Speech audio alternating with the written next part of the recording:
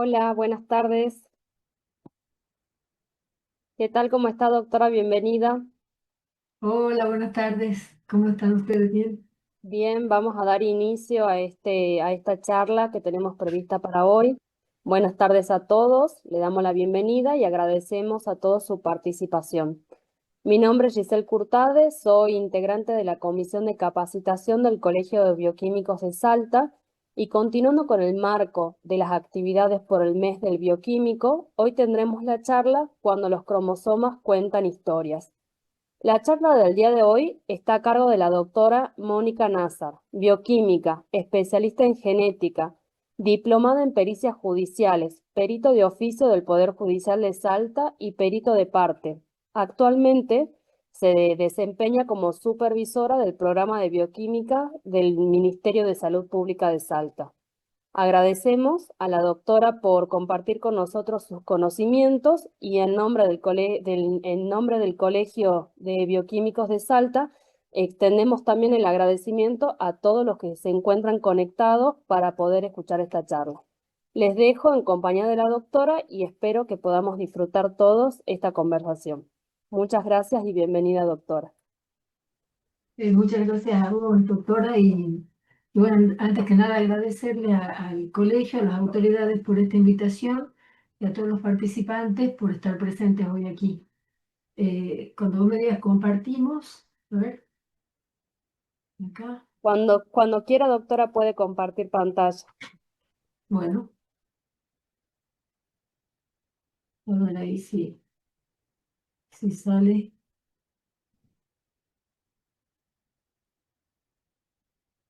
Un segundo. ¿Se ve algo? ¿No? Sí, doctora, tiene que ponerlo en modo presentación. Abajo, Ah, ¿te acuerdas? Ahí abajito. cierto, ahí voy. Ahí está. ¿Ahí se ve bien? Perfecto, doctora. Ah, de Sí, 10. ahí se ve perfecto. Ah, de 10. Perfecto. Entonces, vamos a ponernos en... Bueno, eh, bueno, cuando pensamos en genética, solemos imaginar secuencias masivas, inteligencia artificial, medicina personalizada o incluso edición genética. Sin embargo, muchas de las respuestas diagnósticas que utilizamos hoy siguen teniendo su origen en una disciplina que fue desarrollada hace aproximadamente un siglo atrás, que es la citogenética. La citogenética fue la primera herramienta que nos permitió visualizar directamente el material hereditario humano. Por primera vez pudimos observar los cromosomas, eh, visualizarlos perfectamente, compararlos. A ver que estoy buscando el lapicito acá, este, el cursor, ahí va. Mira, a ver eh, pudimos compararlos, contarlos, clasificarlos, ¿sí? Y comprender que muchas enfermedades tenían su origen en el- el material hereditario, o sea, en los genes. Y que hoy, bueno, que son lo primero que pudimos ver, el primer material genómico que pudimos ver con el microscopio, digamos, que tienen visiblemente. Bueno,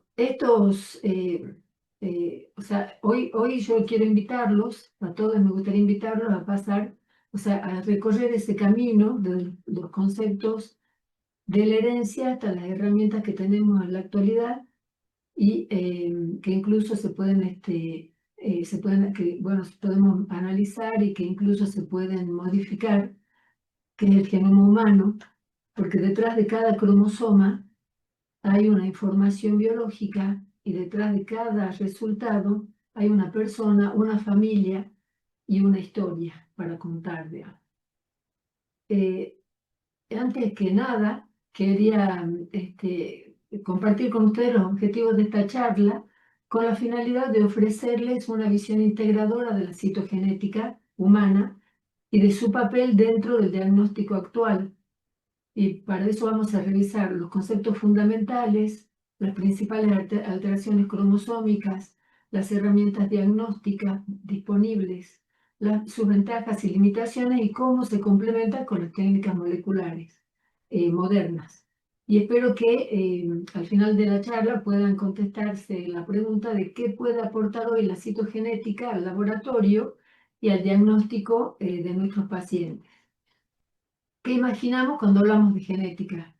Y bueno, hay una expectativa versus una realidad. Y es que la mayoría, me imagino, que si cuando piensa en genética, piensa en esto, bueno, en el ADN, en relacionarlo con ancestría, enfermedades raras, investigación, filiación, embarazo, cáncer, medicina de precisión y medicina personalizada. Pero la genética no es solamente esto, es esto y mucho más. Para lo cual, nosotros tenemos que comprender cuál es la función del genetista realmente. Y sí, teniendo en cuenta que el impacto real el que tiene en la salud, todas estas prácticas, porque hoy podemos hablar de genética y hablamos de pediatría, que está involucrada, ¿no?, en pediatría, en oncogenética, en enfermedades raras, en discapacidad intelectual, en fertilidad, etc. Por lo tanto, la labor del genetista implica investigar cómo se expresan, replican y regulan los genes y cómo las variaciones genéticas influyen en la susceptibilidad a las enfermedades. Porque no es un nicho aislado, sino que la genética abarca todo esto, ¿sí? La historia comienza en el siglo XIX con un monje agustino llamado Gregor Mendel, quien se dedicó a cruzar guisantes y observó que ciertos caracteres se transmitían de generación en generación. Entonces le llamó la atención que los guisantes, eh, cómo es que podían ellos, digamos, después de hacer varias generaciones de experimentos con los guisantes, primera generación y segunda generación, vio que realmente habían factores hereditarios que se heredaban, valga la redundancia, o se transmitían de generación en generación. Y siguiendo esos patrones predecibles, sin querer, descubrió las leyes de la herencia, lo cual lo convirtió hasta el día de hoy en el padre de la genética, y quien incluso hasta el día de su muerte nunca supo que había sido reconocido, que sería reconocido de esa manera. Décadas más tarde se confirmaron todas las leyes que él había establecido, y muchas de ellas incluso no le creían, o sea, no le daban crédito, pero décadas más tarde comprendimos que estos factores se encuentran en los cromosomas y, por ejemplo, para no ir detallando uno por uno, en 1953, ¿sí? O sea, empezamos desde 1865 con Mendel, con Mendel. Y de ahí, bueno, fuimos saltando a confirmar todos los pasos que nos llevaron hasta acá. Y entre los más importantes, si quiero los más conocidos, hasta que en 1953, Jocelyn Franklin, Watson y Crick describieron cómo era la molécula de doble hélice del ADN. Acá también, como para dar un dato de color, algunos sí sabrán que Jocelyn Franklin fue la que descubrió realmente la estructura del ADN a través por microscopía cristalográfica, por cristalografía, pero el mérito se lo llevaron Watson y Crick, que son a los que les entregaron el premio Nobel, y bueno, Jocelyn Franklin murió joven de cáncer inclusive. Bueno, después se determinó el código genético, se lo descubrió, y de ahí fuimos pasando a las distintas técnicas que hoy conocemos y fuimos avanzando. Descubrieron también y se pudo confirmar más o menos en el 1956, por acá, que los cromosomas eran, o sea, que el ser humano poseía cromosomas, 46 cromosomas, o sea, 23 pares de cromosomas, de los cuales 22 pares son autosomas y un par es sexual, XX o XY. De ahí pasamos, bueno, al proyecto de genoma humano, en 1990, que se concretó, se terminó de realizar el borrador del mismo en el año 2003, y de ahí a las técnicas que conocemos ahora, las más recientes, como FISH, microarray, secuenciación masiva, inteligencia artificial, que para hacer diagnóstico y complementar con los resultados obtenidos, y la técnica de CRISPR-Cas9, que nos permite también editar, o sea, la edición genética digamos, desde Gregor Mendel hasta ahora era impensada, y bueno, Dios sabe qué nos deparará el futuro con todo lo nuevo que sería. El impacto actual está no solo en la medicina, en las enfermedades o en lo que nosotros conocemos, las terapias génicas y demás, sino que también se aplica en agricultura, en ganadería, y bueno, gracias a muchas de estas, o sea, o debido a todos estos descubrimientos, también se considera la ética como algo de una materia importante que analizar, y especialmente esto se ha eh, desarrollado más, o sea, siempre ha sido importante, pero con el descubrimiento de la edición genética, gracias a esta técnica que les acabo de mencionar, este, esto despertó muchas inquietudes, muchas, digamos, sorpresas para bien, por supuesto, y muchas curiosidades, pero también muchas controversias, especialmente en el área ético, ¿sí? Bueno, resumiendo, desde 1865, la ley de Mendel, hemos pasado a la microscopía óptica, donde observamos los microscopios, 46 cromosomas humanos, ¿sí? En el genoma humano. Estos cromosomas en el 1970 se pudieron caracterizar gracias al bandeo G, y supimos ahí o sea, o sea, cómo se los ordena, se los enumera, que ya lo voy a explicar más adelante, y poderlos identificar. De esto hasta acá veíamos y vemos hasta el día de hoy todas las alteraciones genéticas o cromosómicas que podemos observar en el microscopio con la resolución correspondiente, ¿sí? Pero sin embargo hay algunas cosas que el cariotipo no puede detectar, porque son submicroscópicas o muy pequeñitas, y entonces, bueno, y fueron surgiendo las otras técnicas como el FISH, los arrays, que el FISH es más puntual. Supongamos que cuando uno está en el microscopio ve un campo con cromosomas, y hagamos de cuenta que es un helicóptero que está mirando una ciudad, ¿sí? Con el bandeo G pudimos determinar los barrios de esta ciudad, caracterizarlo, y ya con el FISH podemos decir que, bueno, se puede ubicar la casa por el número de domicilio. Y bueno, como para hacerlo un poquito más claro el tema, ¿no? Y bueno, después vinieron las técnicas de microarray, que son estas, ya ven, microdeleciones y microduplicaciones que no se pueden ver en el microscopio. Pasamos a la secuenciación de próxima generación, que lo que hace es leer letra por letra, y hasta la citogenómica integrada desde el 2020 hasta ahora, que bueno, nos permite ver claramente lo que con los ojos humanos, el microscopio y demás no se puede observar, ¿sí? Son diagnósticos más precisos y personalizados, o sea que a medida que desde los cromosomas visibles al genoma completo, más información, hemos obtenido más información, más respuesta y mayor impacto en general, digamos, todo esto.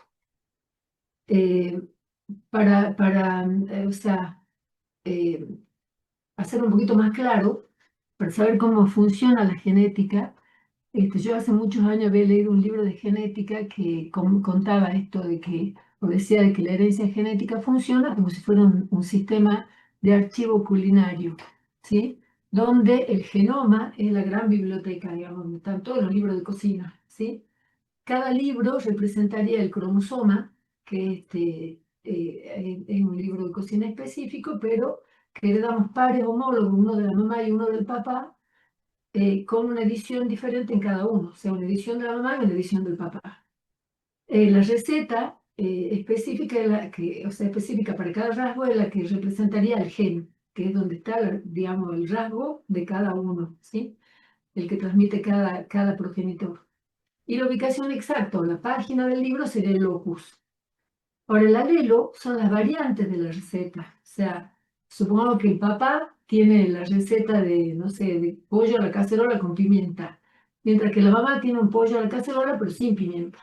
Entonces, como para entrar en tema con la dominancia y o sea, el gen dominante y el recesivo, nosotros podríamos decir que la pimienta, si mezclamos los dos pollos a la cacerola, estas dos sopas, digamos, si las mezclamos, la pimienta, o sea, la sopa, la receta que tiene pimienta va a cubrir toda, o sea, o va a tapar el sabor de la otra sopa, porque obviamente sería el gen dominante en este caso, ¿cierto? Entonces, podríamos decir que el fenotipo de ese preparado va a estar caracterizado por la presencia de la pimienta. Pero, sin embargo, el genotipo sería que, a pesar de eso, ambas cocciones todavía tienen la receta original. Y acá, como para hacerlo un poquito más, digamos, para que vamos entrando en tema y vamos comprendiendo mejor, tengan en cuenta que la genética, la citogenética va a leer capítulos enteros, porque vemos lo grande, digamos. Mientras que la genética molecular va a ir a leer las letras, ¿sí? Ahora, eh, vamos, o sea, si nosotros acá y ya vamos a entrar de lleno a la citogenética, sabemos que el ADN, ¿sí?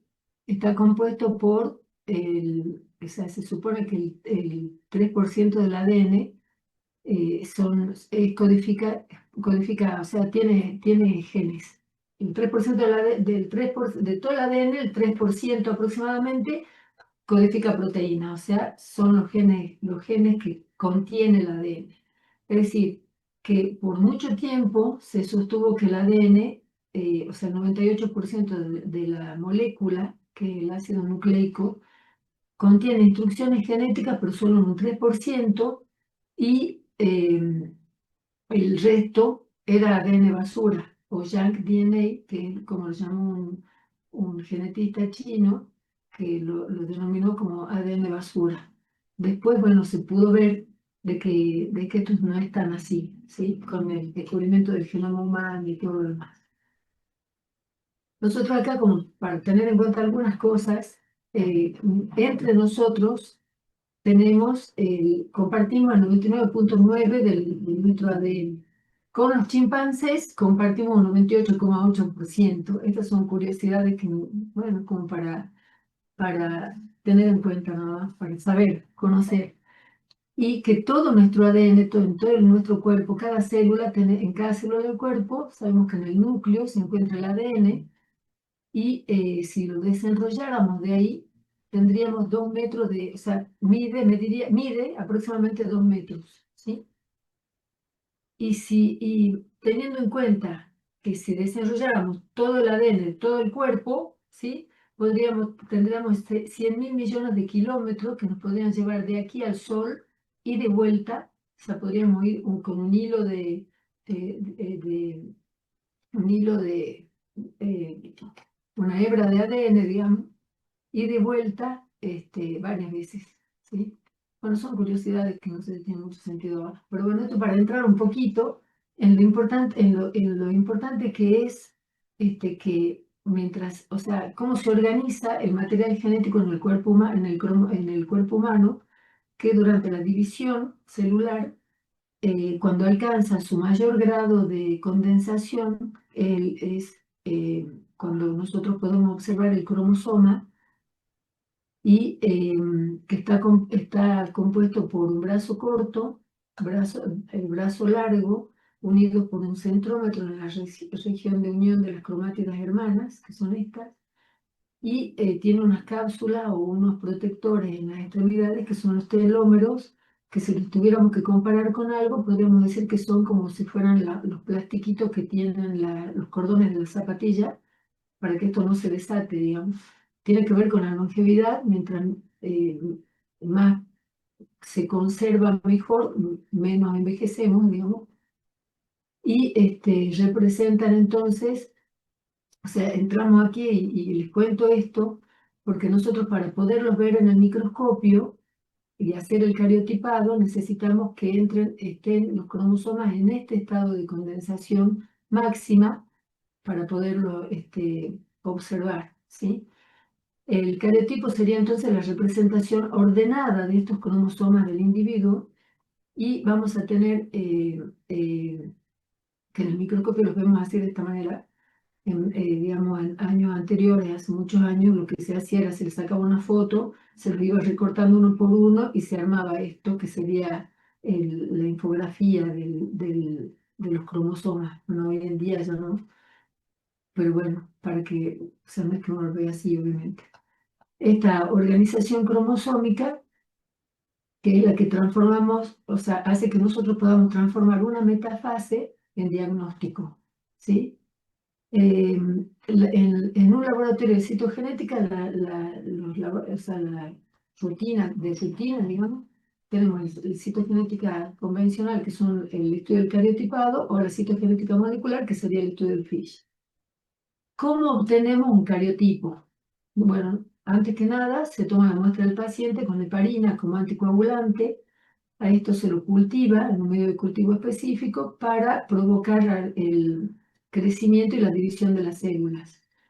Para ello las dejamos 48-72 horas en estufa, cosa de que se dividan hasta que lleguen a dividirse en metafase, y ahí es donde lo frenamos con una colchicina que frena la mitosis, o sea, la división de los cromosomas, la mitosis, o sea, en esta etapa, en esta parte, y de ahí pasamos al bandeo, o sea, se la siembra, digamos, en un vidrio o en un portaobjetos, se lo deja envejecer unos 10-15 días, ahí se lo colorea y podemos llegar a ver las metafases en el microscopio para determinar un diagnóstico. Entonces, bueno, de esta manera podemos irlos identificando. ¿Cómo hacemos? Tenemos que tener en cuenta que hay algunas, o sea, sabemos que en el cariotipado lo que vemos son anomalías cromosómicas constitucionales que pueden ser numéricas o estructurales. Entre las numéricas están las aneuploidías, que significa que tienen un cromosoma de más o alguno de menos, alguno de más u otro de menos. Las poliploidías, donde toda la metafase, digamos, todo el componente genético, o se duplica o se cuatriplica. Y las estructurales, que pueden ser balanceadas o desbalanceadas, y que ya les voy a mostrar algunos ejemplos para que las podamos comprender. Y esto es el primer paso para interpretar el hallazgo genético, citogenético. ¿Y qué detecta el cariotipo? Bueno, detecta alteraciones numéricas, alteraciones estructurales de gran tamaño y anomalías en la organización cromosómica.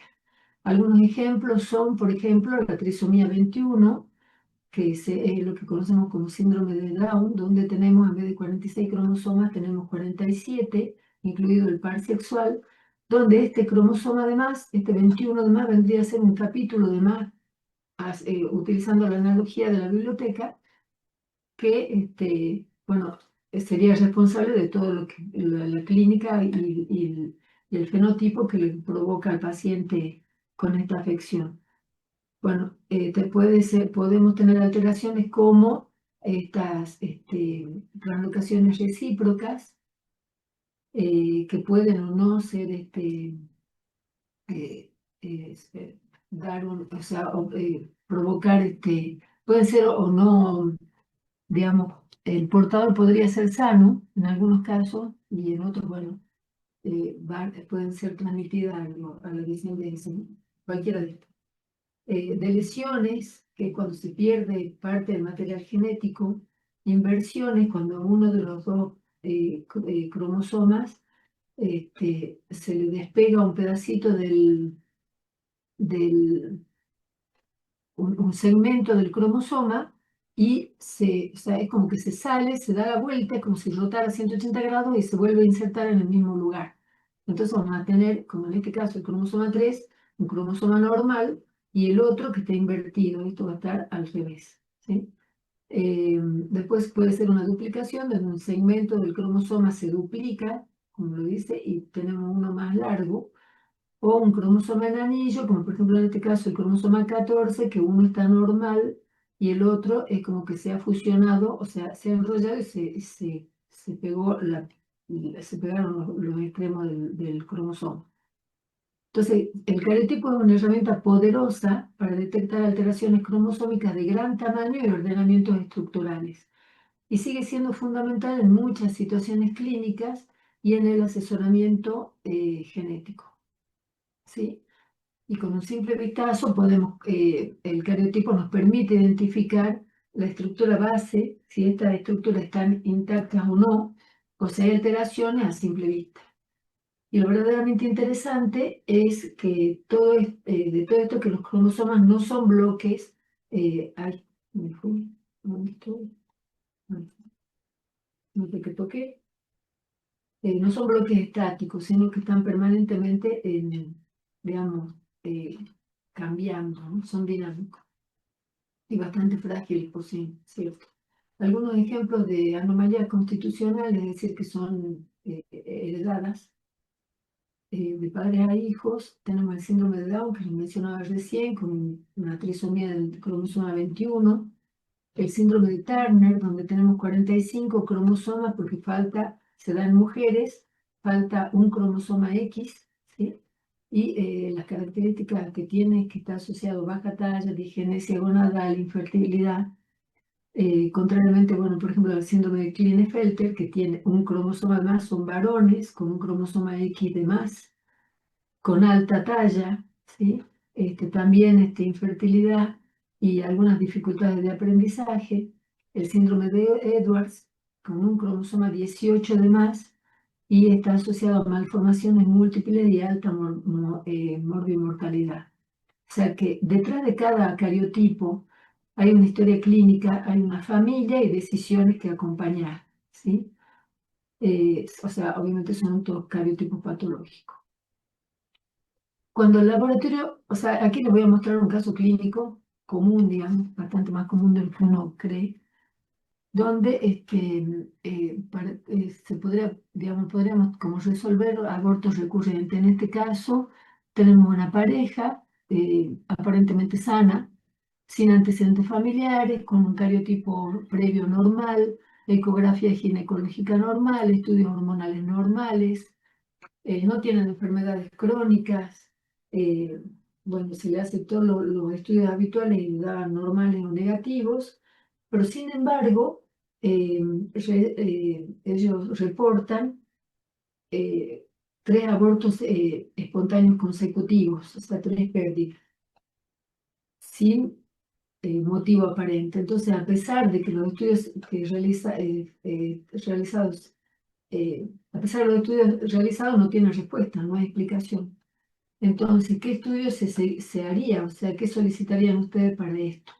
En general, en este escenario, la citogenética clásica es lo que le va a dar la respuesta que están buscando, si es que la tienen en los cromosomas, ¿cierto? Pero que es muy común. Entonces, lo que se hizo fue estudiar el cariotipo de los papás. La mamá es normal en este caso, 46XXY, el papá es 46XY, pero tiene una translocación robertsoniana entre los cromosomas 14 y 21. Esta translocación se caracteriza porque uno de los dos cromosomas, un 14 y un 21, pierden el brazo corto de cada uno, y los brazos largos restantes, que creo que tengo mejor ejemplificado, se fusionan o se unen entre sí, los dos brazos largos, el del 14 y el del 21. Entonces, tendríamos un cromosoma de menos, porque estos chiquititos, o sea, los bracitos cortos se pierden, y regionalmente digamos, el problema, el riesgo reproductivo está aumentado en este caso, obviamente, por esta translocación robertsoniana, que suele generar gametos desbalanceados y derivar en abortos, en infertilidad o en hijos con alteraciones cromosómicas. Otro tipo de alteraciones robertsonianas son la translocación más común, que la 13-14. También es relevante la 14-21, que es esta que estamos viendo acá, y que pueden dar, porque esta da riesgo de tener niños con trisomía 21 o síndrome de Down. Entonces, aunque el portador no presenta síntomas, tiene un riesgo reproductivo aumentado porque sus gametas pueden heredar versiones desbalanceadas, ¿sí? Provocando abortos recurrentes o descendencia con malformaciones en estos casos, ¿no? Entonces, pero bueno, estas no son las únicas translocaciones que se pueden ver, y obviamente no todas las translocaciones son iguales. Podemos tener, como en el ejemplo anterior, una translocación robertsoniana entre un cromosoma 14 y un 21, como ya les expliqué, una translocación recíproca balanceada, donde, por ejemplo, en este caso, uno de los cromosomas, que en este caso sería el 2, digamos que intercambia material genético, o sea, se pierde un pedacito de su material genético que, digamos, lo recibe el cromosoma 5, que a su vez también perdió un pedacito y se lo entregó al 2, o sea, intercambiaron ese material. En general no perdieron material genético, se mantiene la misma carga genética en esta persona, pero bueno, puede transmitir a la descendencia algunos desbalances o alguna patología, aunque sea el portador fenotípicamente normal, como en este caso. Y la translocación también estas son constitucionales en general, y esta, o un rearreglo que se produce por algún motivo, digamos, en uno de los progenitores, pero esta otra es somática, es decir, no se hereda la descendencia, y en el caso del 922, la translocación 922 es la que conocemos como la leucemia mieloide crónica, o la causante de la leucemia mieloide crónica, donde aquí un segmento del cromosoma 9 se une con un segmento del cromosoma 22. ¿Y qué es lo curioso acá? Lo que pasa es que justamente se une, se produce la fusión BCR-ABL1, que son dos genes que cuando están unidos, es como si ustedes apretaran un interruptor de encendido, y se mantiene el interruptor encendido, dando la orden a la célula que se divida, se divide y se divide. Y bueno, gracias a los avances tecnológicos se descubrió de que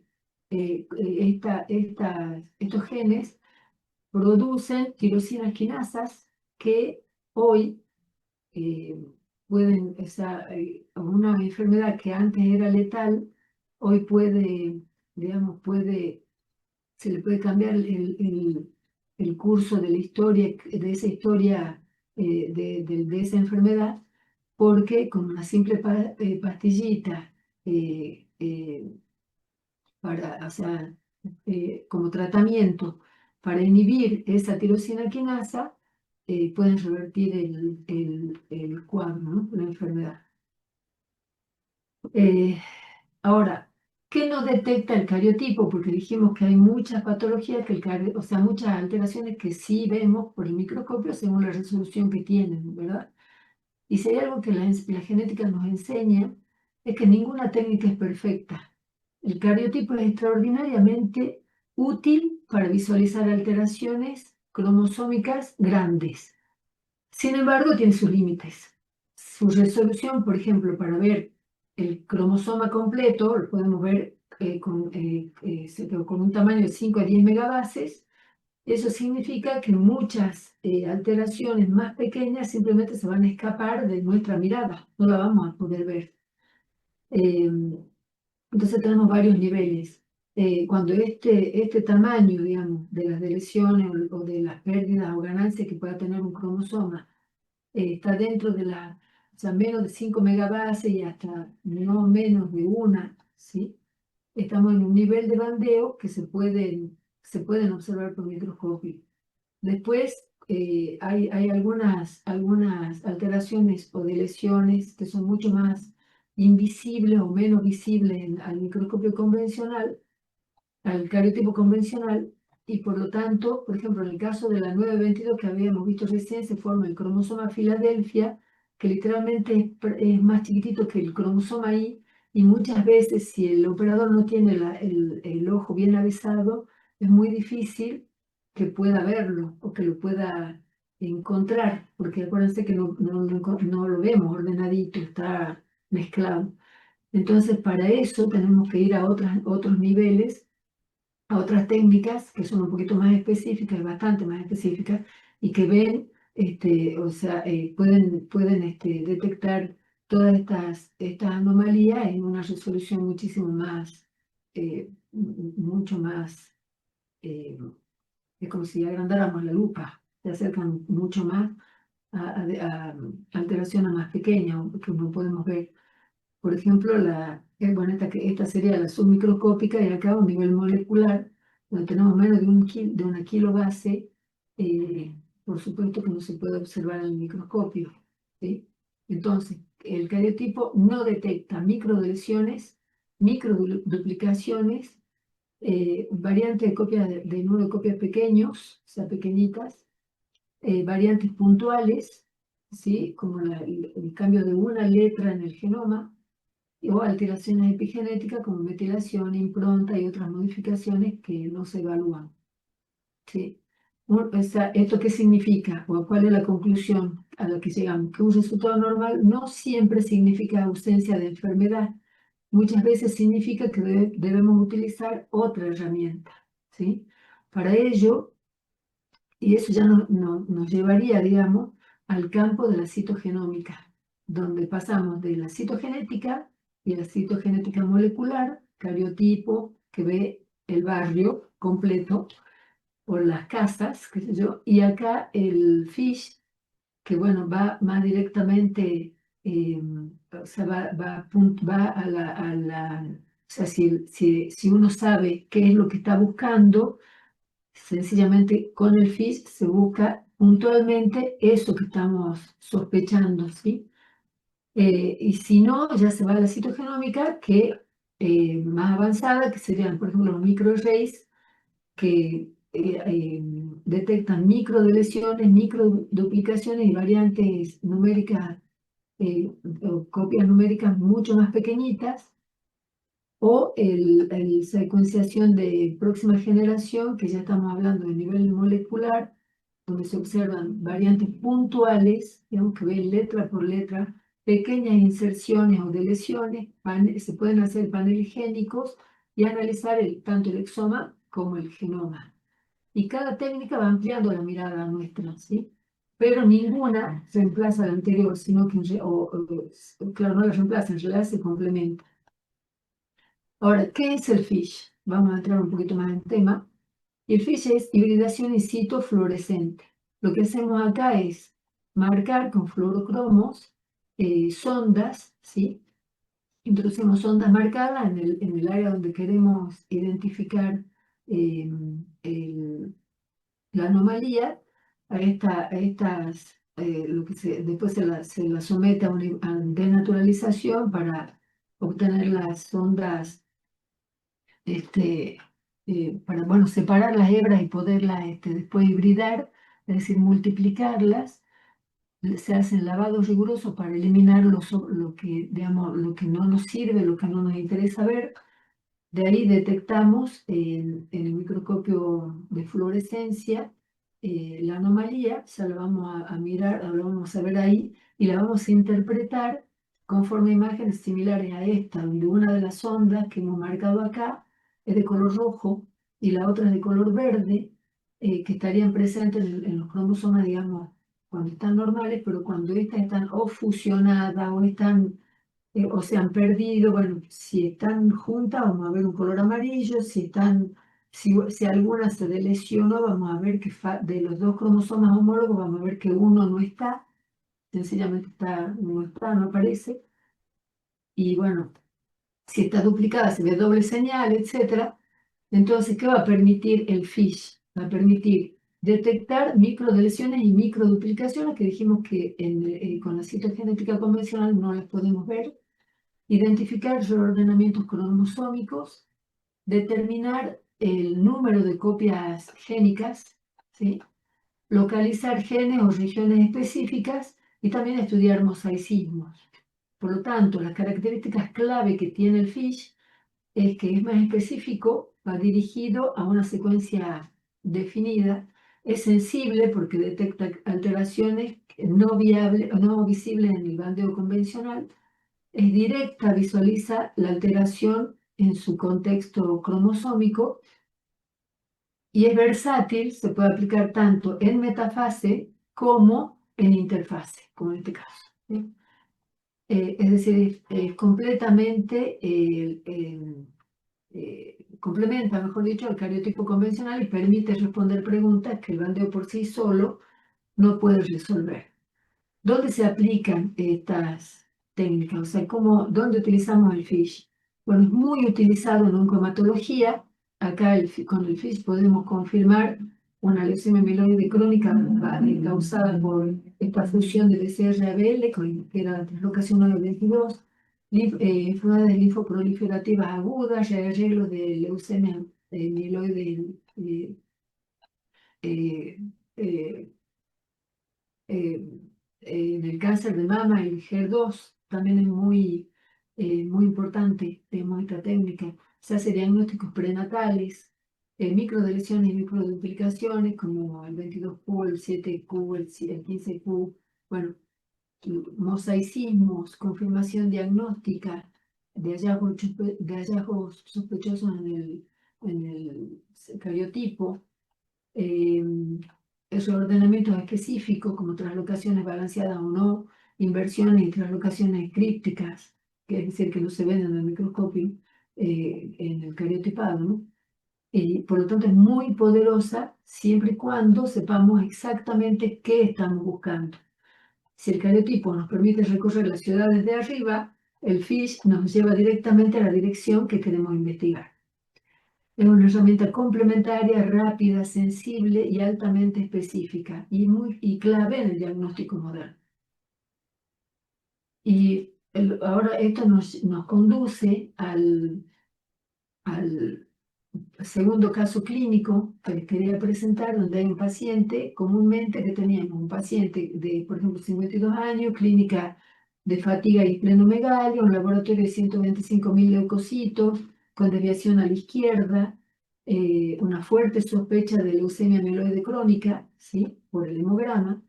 Pero este hallazgo molecular o este hallazgo cromosómico permitió cambiar la historia de la hematología, porque acá, bueno, se lo pudo identificar al cromosoma Filadelfia, que es este cromosoma de acá, que hemos dicho que es un pedacito del cromosoma 9 con un pedacito del cromosoma 22 que se unen, se fusionan justo en esos dos genes, ABL1 y el BCR, y esto permitió que, bueno, cambiar la historia, ¿no? Como les decía hace un rato y como les vengo explicando.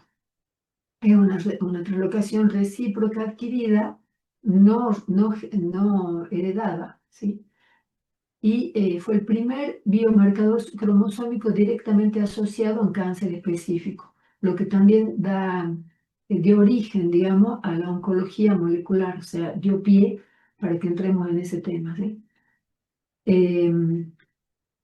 Y bueno, en este caso, esta diapositiva creo que se me coló, pero no importa. Nada. ¿Qué estudio, cuál es el estudio entonces que ante esta sospecha realizaríamos? Sería el FISH y no el cariotipo, ¿sí? Bueno, acá está un poco más explicado. Él fue el primer marcador cromosómico asociado al cáncer y el punto de partida de la era de la medicina de precisión también. Entonces tenemos un cromosoma, una translocación del cromosoma 9 con el 22, lo volvemos a ver, a revisar. No se pudo ver por el cariotipado, se hace un FISH y acá en el FISH sí se detecta. Es una alteración cromosómica que pasó de ser un hallazgo citogenético, porque se veía una cosita que parecía algo y no se sabía qué, pero era el cromosoma Filadelfia, y gracias a esto se lo pudo relacionar con la leucemia amiloide crónica. Y de esta manera, del diagnóstico pasamos al tratamiento dirigido, que como les explicaba hace rato, ya se lo expolié, digamos, sencillamente con imatinib, ¿cómo se llama? Nunca me acuerdo el nombre, pero bueno, con ese medicamento que inhibe la producción de tirosinquinasa, esta patología se puede detener, ¿sí? Bueno, bueno, entonces vimos que de la citogenética ya vamos evolucionando hacia el FISH y a la citogenómica, de acá a la citogenómica molecular, que es lo que ya hemos dicho. Y todas las técnicas, vuelvo a repetir, se complementan entre sí, ¿sí? Acá podemos ver que según la resolución de cada una, hemos ido avanzando a poder ver, a pasar de ver del microscopio los cariotipos con los cromosomas, los bandeos y la identificación de los mismos y todo lo demás, a ver algo que nunca nos imaginamos, o sea, poder determinar variantes puntuales de un par de bases gracias a la secuenciación genética de a la secuenciación de próxima generación y llegar a esto y la verdad vemos que las tecnologías van cambiando y van a seguir cambiando y probablemente dentro de unos años dispongamos de herramientas que hoy ni nos imaginamos, la verdad. Pero sí tenemos que tener en cuenta que detrás de cada resultado va a seguir existiendo algo que nunca cambia y es que hay una persona, hay una familia y una historia que merece ser comprendida, porque de eso depende, para eso también estamos nosotros. Y bueno, y acá no tenemos esta, que digamos que sería como la estrella, ¿no? Entre comillas, porque es increíble lo que esto representa si uno se pone a pensar. Y bueno, acá literalmente se puede, con una tijera enzimática, se puede editar alguna información genética que, bueno, ayer observamos en el microscopio los cromosomas, hoy analizamos genomas completos y mañana vamos a poder modificar secuencias específicas que tampoco nos imaginamos todavía, o sí. Entonces, las aplicaciones actuales del CRISPR, del CRISPR-Cas9, son la terapia génica, se la aplica en enfermedades hereditarias, en investigación biomédica y en medicina de precisión. La edición genética plantea enormes oportunidades, pero también desafíos científicos, clínicos, éticos y sociales que requieren conocimiento, responsabilidad y un profundo compromiso profesional. El futuro ya comenzó y estamos siendo parte de él. Entonces tenemos una gran caja de herramientas genómicas que, acá no quiero que vean números ni mucho menos, pero sí que contamos con esto para poder ir avanzando cada vez más y mejor hacia poder, no solo con, por ejemplo, con las que ya o sea, poder avanzar en lograr diagnosticar y determinar algunas terapias, como en el caso del Filadelfia, o de la leucemia amiloide crónica, que cuando yo empecé estuve en el hospital de niños mis primeros años, digamos, en oncomatología, he visto muchos niños que no pudieron superar la enfermedad, obviamente era letal. Así que esto fue un gran avance, ¿sí? Y la conclusión importante de aquí es que un resultado normal no significa ausencia de enfermedad, significa que tenemos o debemos utilizar otra herramienta de mayor resolución, ¿sí? Entonces, ¿qué estudio vamos a elegir? Y va a depender un poco del síndrome o la situación clínica que nosotros tengamos presente. Esto es importante para nosotros poder guiar hacia el diagnóstico y el tratamiento posible. Vamos a dar mucho, estamos haciendo mucho hincapié en eso y bueno, se va a elegir la técnica conforme a lo que uno va viendo acá. Entonces, la mejor técnica, se puede decir que no es la más moderna, es la que responde a la pregunta clínica correcta. Entonces salimos de un cariotipo, estudio global del cariotipo, a sondas específicas para regiones seleccionadas por FISH, alta resolución para desequilibrios submicroscópicos como es el array y el análisis a nivel nucleotídico con el NGS. Ahora, ¿por qué el cariotipo sigue vigente? Porque me imagino que, bueno, uno cuando va viendo que la tecnología avanza tanto y hemos logrado tantas cosas, uno dice, bueno, ¿para qué el cariotipo? ¿Por qué sigue vigente? Y bueno, yo les puedo asegurar que el cariotipo sigue siendo el gold estándar de la genética y lo va a seguir siendo por mucho tiempo, porque nosotros cuando ponemos una gotita de genoma, digamos, sí, de sangre, ya con todo el procesamiento que hemos hecho para llegar al cariotipado, lo que estamos viendo en el vidrio es el genoma completo. Entonces, de ahí nosotros podemos sospechar, porque te lleva tiempo hacer el ojo, pero una vez que lo tenés más o menos hecho, sí vas a identificar alguna lesión, alguna anomalía o algo que, no, algo que te hace sospechar de que, bueno, tendríamos que ir por tal o cual camino para ver si podemos llegar o no al diagnóstico correcto, pero más allá de eso, complementar la clínica con lo que nosotros estamos viendo y con la sospecha clínica, y para eso también, obviamente, recordar que somos un equipo multidisciplinario donde siempre tenemos que estar conectados con los médicos y con todo el equipo, con todos los actores en esta gran historia, digamos, que se va a terminar contando, ¿no? Bueno, volvemos al mismo, no todas las preguntas requieren la tecnología más compleja, requieren la técnica adecuada. ¿Sí? Por ejemplo, el cariotipo sigue viendo, o sea, sigue siendo importante en los abortos recurrentes, en los casos de infertilidad, en los diagnósticos prenatales, en los reordenamientos balanceados, en la oncomatología, sigue siendo el punto de partida que orienta el diagnóstico, el pronóstico y el asesoramiento genético, y puede visualizar o ver cosas que otras técnicas no, como la estructura y el contexto, ¿sí? Es accesible y es una de las más económicas incluso, tiene amplia disponibilidad y un costo relativamente bajo, relativamente rápida, porque recordemos que es artesanal, es bastante artesanal, se hace mucho de mesada de laboratorio, nuestra jerga, digamos. eh, es confiable, está estandarizada y está ampliamente validada. Sabemos que entonces la citogenética clásica no ha quedado obsoleta, sigue siendo indispensable en múltiples escenarios clínicos, y una interpretación experta con un contexto clínico va a llegar a decisiones que cambian vidas. Además, y esto es algo que, digamos, caer un poquito bajar a la realidad, y es que en la realidad, si alguien tiene FISH, o sea, la mayoría no lo tiene, apenas si podemos hacer citogenética, o sea, seguir con los cariotipados, y después lo demás, ustedes saben que tenemos que enviarlo afuera, no hay mucho para hacer, o sea, sí se complementa muchísimo, por supuesto, con la biología molecular, que está cada vez más cerca, si se quiere, pero bueno, les repito, sigue siendo el gold estándar, el cariotipo.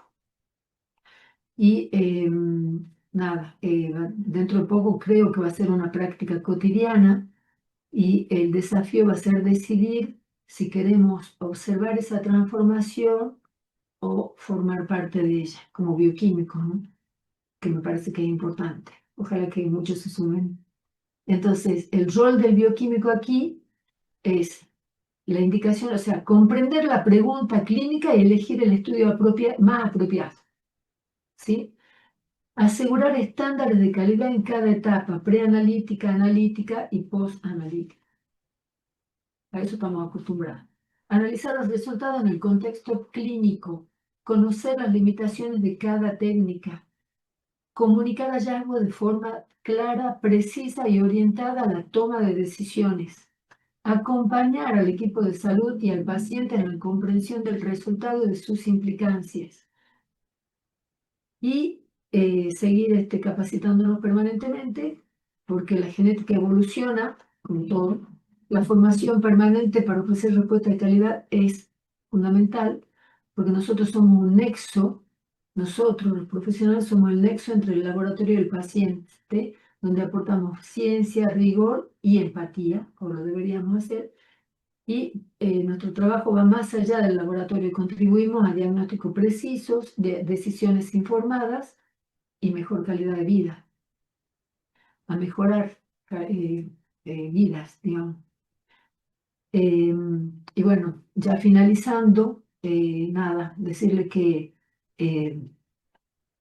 cuando digo que los cromosomas cuentan historias, realmente cada cromosoma cuenta una historia, que es la historia de herencia, historia de enfermedad, una historia familiar y muchas veces una oportunidad diagnóstica. Por lo tanto, la citogenética nos permite leer historias que antes permanecían ocultas y que hoy cada vez se las ve un poquito más claras, ¿sí?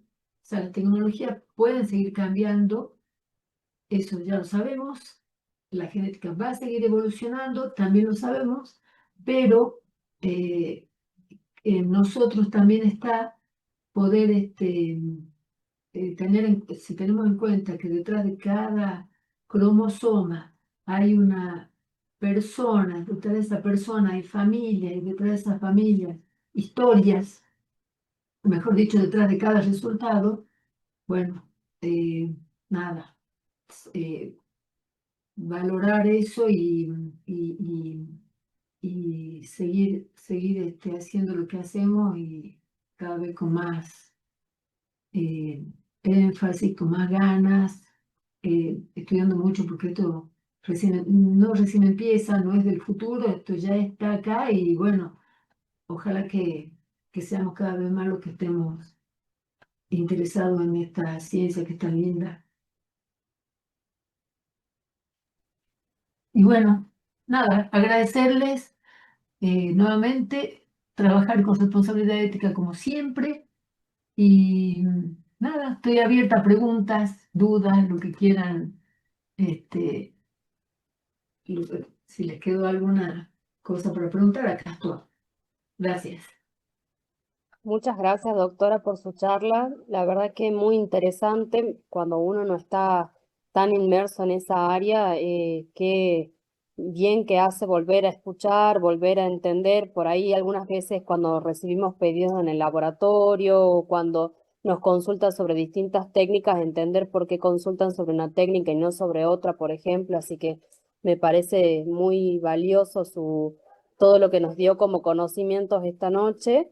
Y también agradecer la conclusión que tuvo la charla, que me parece también muy, muy valiosa y muy acertada acerca de que cómo cada enfermedad o cada pedido médico que nos lleva, por ejemplo, tiene su historia por ahí en los cromosomas o en una técnica específica que puede llegar a un diagnóstico que le cambia toda la historia, digamos, de una familia o de la persona que está consultando. Así que realmente, bueno, muchas gracias. También le agradezco por parte del Colegio de Bioquímicos y ahora voy a ver el chat a ver si hay alguna consulta. Bueno, no, agradecida yo y bueno, y este es un poco más o sea, es lo que somos, digamos, ¿sí? Los bioquímicos. Por eso está bueno que nosotros también sepamos valorar eso, que lo llevamos a la sangre. porque todo esto lo llevamos a la sangre y muchas veces no lo traemos a la realidad o no lo concientizamos y me parece que por ahí pasa la cosa. Pero Exactamente. todos estamos preparados para esto. Estamos Bien. Acá en el chat principalmente hay toda, bueno, palabras de agradecimiento para usted y para la charla que nos dejó. Y decirle a todos los participantes que si tienen alguna consulta o si en el transcurso de estos días llega alguna consulta, también la pueden dejar en el celular del Colegio de Bioquímicos y nosotros se la acercamos a la doctora. Sí, sí, por supuesto, y cuenten conmigo para lo que necesiten. Ojalá que se sumen muchos. Así es. Muchísimas gracias, doctora, y damos por finalizada entonces esta conversación. Gracias a todos los Gracias a participantes. ustedes. Un abrazo, vayan a Igual. descansar. Los tengo que Gracias. aturdir un poco. Chao, chao, un Hasta abrazo. luego. Nos vemos.